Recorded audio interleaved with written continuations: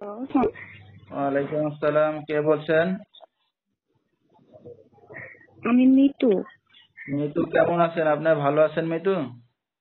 আলহামদুলিল্লাহ, আপনি কেমন আছেন? আসলে অনেক ভালো আছে। মিতু কোথা থেকে বলতেছেন? আপনার দেশের বাড়ি কোথায়?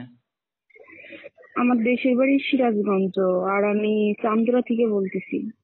আচ্ছা ঠিক আছে। তো কে কে আছে আপনার ফ্যামিলিতে মিতু?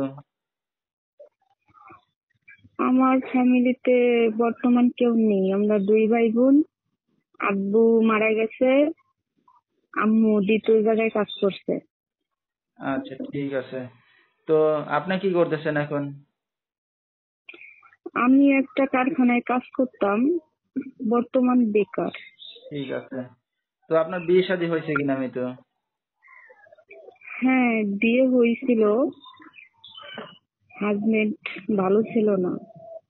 আচ্ছা, তো এখন কি স্বামীর সাথেই আছেন না স্বামীর সাথে ছাড়াছাড়ি হয়ে গেছে? না, ছাড়াছাড়ি হয়ে গেছে। কতদিন একা আছেন আপনি এখন? ছাড়াছাড়ি কতদিন হয়, এই 2 বছর।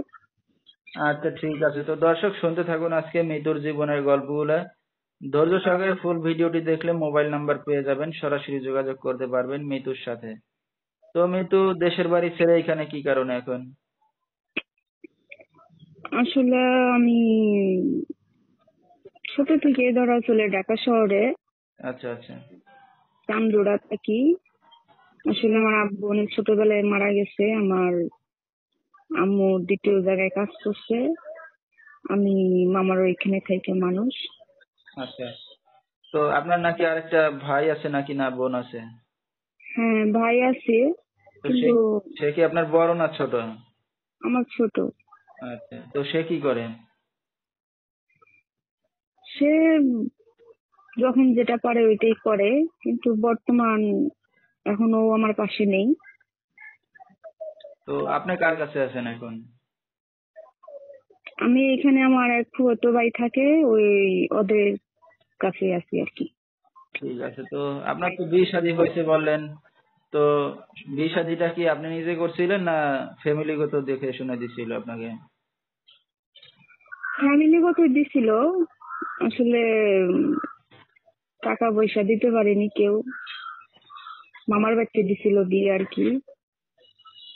আচ্ছা পরে ফ্যামিলি, শ্বশুর শাশুড়ি অত্যাচার করতো। দেখা যায় কদিন পরে হাজবেন্ড অত্যাচার করে,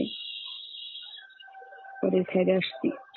ঠিক আছে। তো আপনার আহ, আপনার যে অবস্থা যে আপনার বাবা মা নাই, তো টাকা পয়সা দিতে পারবে না, এটা বিয়ের আগে বলা হয় নাই?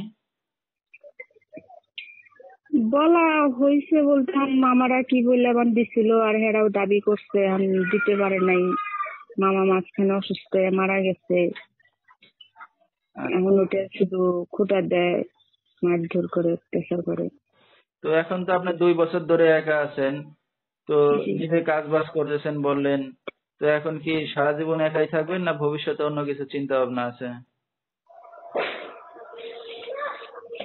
না, এখন তো একা থাকা তো সম্ভব না, কারণ এখন যে বয়সটা, আমার এই বয়সটা একা থাকা আসলে অনেক কঠিন হয়ে যাচ্ছে। মানুষ ভালো চোখে দেখতে চায় না, আরো ছেলে, এভাবে কতদিন। আমার তো একটা সঙ্গীর দরকার আছে, একটা পাশে একটা মানুষের দরকার আছে। আচ্ছা আচ্ছা। তো এখন কি বিয়ে শাদী করার ইচ্ছা আছে আপনার? জি, একটা ভালো মনের যদি মানুষ হয় তাহলে বিয়ে করব, এই উদ্দেশ্যে এখানে আসা। তো আপনার তো বিয়ে শাদী হয়েছে বললেন, তো কেমন বয়সের পুরুষ আছেন এখন বিয়ে শাদী করতে?